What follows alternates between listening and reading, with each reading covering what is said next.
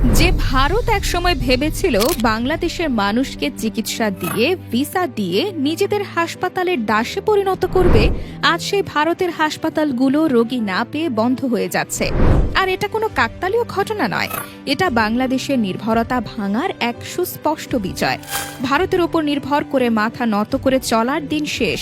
আজ বাংলাদেশ নিজের শক্তিতে চীন, তুরস্ক, সৌদি আরবের মতো বিশ্ব শক্তিধর দেশগুলোর বিনিয়োগ নিয়ে ভারতের বুকে আঘাত হানছে, যেটা কোনো অস্ত্র দিয়ে করা হয়নি, হয়েছে কৌশলে, পরিকল্পনায়, উন্নয়নের মাধ্যমে। বাংলাদেশের গণ অভ্যুত্থানের পরপরই ভারতীয় দম্ভ চূড়ান্ত পর্যায়ে পৌঁছায়। ভিসা বন্ধ করে দেয়, ভেবে নেয় বাংলাদেশের মানুষ চিকিৎসার জন্য কাকের মতো কান্নাকাটি করবে। মোদীর সরকার হয়তো ভেবেছিল তারা বাংলাদেশের ঘাড় মুচড়ে ভিক্ষুক বানাবে, কিন্তু তাদের সেই ভ্রান্ত ধারণাকে বাংলাদেশের জনগণ একেবারে মাটিতে গুঁড়িয়ে দিয়েছে। আজ সৌদি আরব, চীন, তুরস্ক মিলিয়ে প্রায় $15 বিলিয়ন বিনিয়োগ আসছে বাংলাদেশের স্বাস্থ্য খাতে।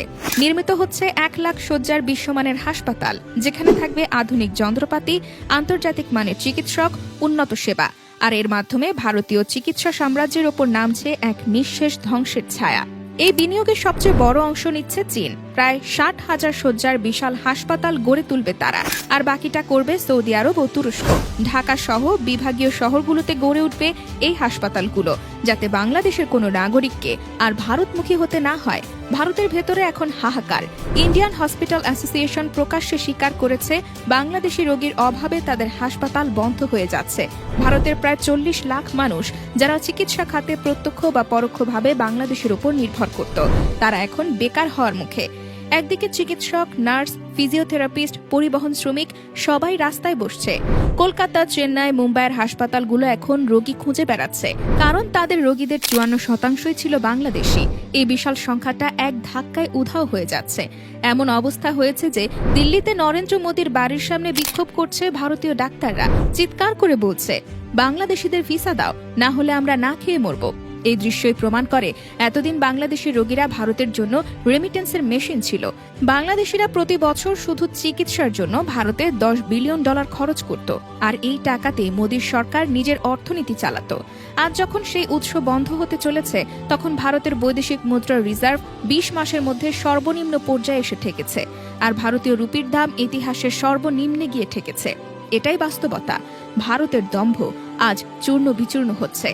বাংলাদেশ যখন নিজেদের চিকিৎসা অবকাঠামো শক্তিশালী করতে চীন, সৌদি আরব ও তুরস্কের মতো বড় শক্তিগুলোর সাহায্য নিচ্ছে, তখন ভারত মুখ চেয়ে বসে আছে। চীন সিঙ্গাপুরের মাউন্ট এলিজাবেথ এবং থাইল্যান্ডের বামরুন গ্রাদের আদলে বিশ্বমানের হাসপাতাল বানাবে বাংলাদেশে। এই হাসপাতালগুলো গোটা দক্ষিণ এশিয়ার চিকিৎসা হাব হয়ে উঠবে, যেখানে খরচ হবে ভারতের তুলনায় কম আর সেবা হবে আন্তর্জাতিক মানের। আরো বড় কথা, চীনের পরিকল্পনায় আছে হাসপাতালগুলোর 70% ডাক্তার, নার্স, টেকনিশিয়ান নিয়োগ করা হবে বাংলাদেশের নিজস্ব জনবল থেকে। বাকি 30% আনা হবে যুক্তরাষ্ট্র, যুক্তরাজ্য ও চীন থেকে। বাংলাদেশের জনবলও আন্তর্জাতিক মানে প্রশিক্ষিত হবে। চীনের হাসপাতাল নির্মাণের প্রস্তাবে স্পষ্ট বলা হয়েছে, ভারতের ওপর নির্ভরতা একেবারে শূন্যে নামিয়ে আনাই তাদের লক্ষ্য। ভারতের জন্য এটা এক বিপর্যয়। বাংলাদেশ এখন শুধু ভারতের ওপর নির্ভরশীলতা ভাঙছে না, বরং ভারতকে অর্থনৈতিক, সামাজিক ও কূটনৈতিকভাবে কোণঠাসা করে দিচ্ছে। মোদী সরকারের অজ্ঞতা আর ঔদ্ধত্যের ফলেই আজ বাংলাদেশ ভারতের গলা চিপে ধরার সুযোগ পেয়েছে। এতদিন বাংলাদেশের স্বাস্থ্য খাতকে ভারত নির্ভর করে রাখতে চেয়েছিল ভারত। 2019 সালে যখন চীন হাসপাতাল নির্মাণের প্রস্তাব দিয়েছিল, তখন শেখ হাসিনা সরকার ভারতের সুবিধার জন্য সেই প্রস্তাব আটকে দিয়েছিল। আজ বাংলাদেশের অন্তর্বর্তীকালীন সরকার সেই বাধা সরিয়ে দিয়েছে, আর এর ফলাফল হচ্ছে ভারতের অর্থনৈতিক মেরুদণ্ডে সোজা আঘাত। ভারতের পরিকল্পনা ছিল বাংলাদেশকে চিকিৎসার জন্য আজীবন হাত পাতিয়ে রাখবে, কিন্তু বাস্তবতা আজ প্রমাণ করেছে সেই পরিকল্পনা আজ উল্টে গিয়ে ভারতের কবর রচনা করছে। বাংলাদেশের মাটিতে গড়ে ওঠা 1 লাখ শয্যার হাসপাতাল শুধু চিকিৎসার অবকাঠামো তৈরি করছে না, এটা ভারতীয় অহংকার ভেঙে চুরমার করে দিচ্ছে। ভারতের হাজার হাজার হাসপাতাল, যেগুলো গড়ে উঠেছিল বাংলাদেশের রোগীদের টাকা দিয়ে, আজ তারা রোগী খুঁজে বেড়াচ্ছে রাস্তায়। ভারতের ডাক্তাররা, নার্সরা, স্বাস্থ্যকর্মীরা এখন ভিক্ষুকের মতো বাংলাদেশিদের ভিসার জন্য দিল্লির রাস্তায় দাঁড়িয়ে কান্না করছে। এই দৃশ্য আজ বাংলাদেশের জন্য গর্বের, আর ভারতের জন্য লজ্জার। বাংলাদেশ এখন এমন এক অবস্থানে যাচ্ছে, আশেপাশের দেশগুলোরও চিকিৎসার চাহিদা পূরণ করবে। চীন, সৌদি আরব, তুরস্ক এই 3টি দেশের সম্মিলিত বিনিয়োগে বাংলাদেশের স্বাস্থ্যখাত পরিণত হবে দক্ষিণ এশিয়ার নতুন চিকিৎসা হাবে। বাংলাদেশের ঢাকার আশেপাশে বিভাগীয় শহরগুলোতে এমনকি জেলা পর্যায়েও আধুনিক আন্তর্জাতিক মানের হাসপাতাল গড়ে তোলা হবে, যেসব হাসপাতালে থাকবে বিশ্বের সেরা যন্ত্রপাতি, সেরা চিকিৎসা ব্যবস্থা এবং সেরা প্রশিক্ষিত ডাক্তার ও নার্স।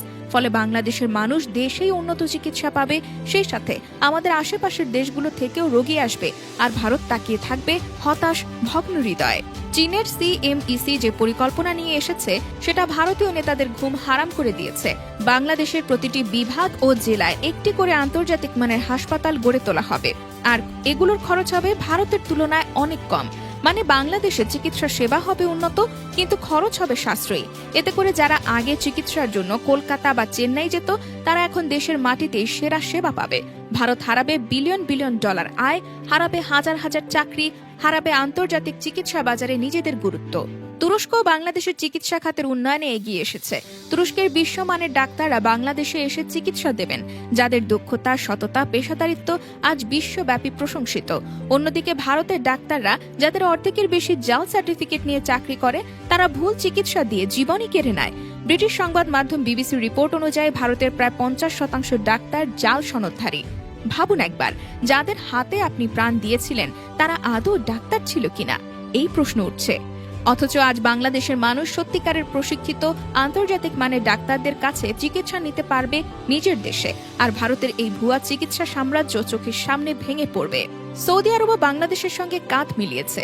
বাংলাদেশে সৌদি বিনিয়োগে তৈরি হবে উন্নত মানের হাসপাতাল, যেখানে ইসলামী মূল্যবোধের সঙ্গে আধুনিক চিকিৎসার সমন্বয় ঘটবে। এটা শুধু মুসলিম বিশ্বের জন্য গর্বের নয়, বাংলাদেশের সার্বভৌম উন্নয়নের প্রতীক। ভারতের যেসব হাসপাতাল এতদিন বাংলাদেশের মুসলিম রোগীদের টাকা লুটে নিয়েছিল, আজ তারা নিজেদের অস্তিত্ব টিকিয়ে রাখার জন্য হিমশিম খাচ্ছে। ভারতের জন্য আরেকটি বড় ধাক্কা হচ্ছে বাংলাদেশের চিকিৎসা খাতে কর্মসংস্থান বৃদ্ধি। 70% ডাক্তার, নার্স, টেকনিশিয়ান হবে বাংলাদেশি, আর তাদেরকে প্রশিক্ষণ দেবে বিশ্বের সেরা প্রতিষ্ঠানগুলো। বাংলাদেশের মেধা আর দক্ষতা যখন আকাশ ছোঁবে, তখন ভারত কেবল পুরনো ইতিহাস নিয়ে কাঁদবে। আজ যে বাংলাদেশিদের ছোট চোখে দেখত ভারত, সেই বাংলাদেশিরাই হবে দক্ষিণ এশিয়ার চিকিৎসা শিল্পের নেতা। আরো বড় বিষয় হলো, বাংলাদেশের জনগণ আর কোনো ক্ষেত্রে ভারতের মুখাপেক্ষী থাকবে না। চিকিৎসা খাতে যেমন স্বনির্ভরতা আসছে, তেমনি ভবিষ্যতে প্রযুক্তি, শিক্ষা, ব্যবসা, শিল্প সবখানে বাংলাদেশ নিজের শক্তি গড়ে তুলবে, আর ভারত তখন নিজস্ব সমস্যায় জর্জরিত হয়ে ছটফট করবে। অর্থনীতি, রাজনীতি, সমাজ সব দিক থেকে ভারতের ভেতরে ফাটল ধরেছে, যেটা বাংলাদেশের উন্নয়ন আরো স্পষ্ট করে তুলবে। ভারতের বৈদেশিক মুদ্রার রিজার্ভ এখন সর্বনিম্নে নেমে এসেছে।